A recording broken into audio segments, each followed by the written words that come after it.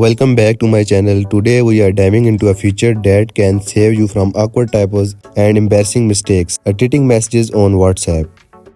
In this video I'll guide you through the simple steps to edit messages on WhatsApp like a pro. Let's jump right in. First thing, open your WhatsApp and navigate to the chat where you want to edit a message. Once you are in the chat, find the message you want to edit. Now tap and hold the message until the options menu appears. Next, select the edit option from the menu. You will now be able to make changes to your message. After you have made your edits, simply tap the send button to update the message. And just like that, your message is edited. Thanks for tuning in. Don't forget to like, comment and subscribe for more WhatsApp tips and tricks.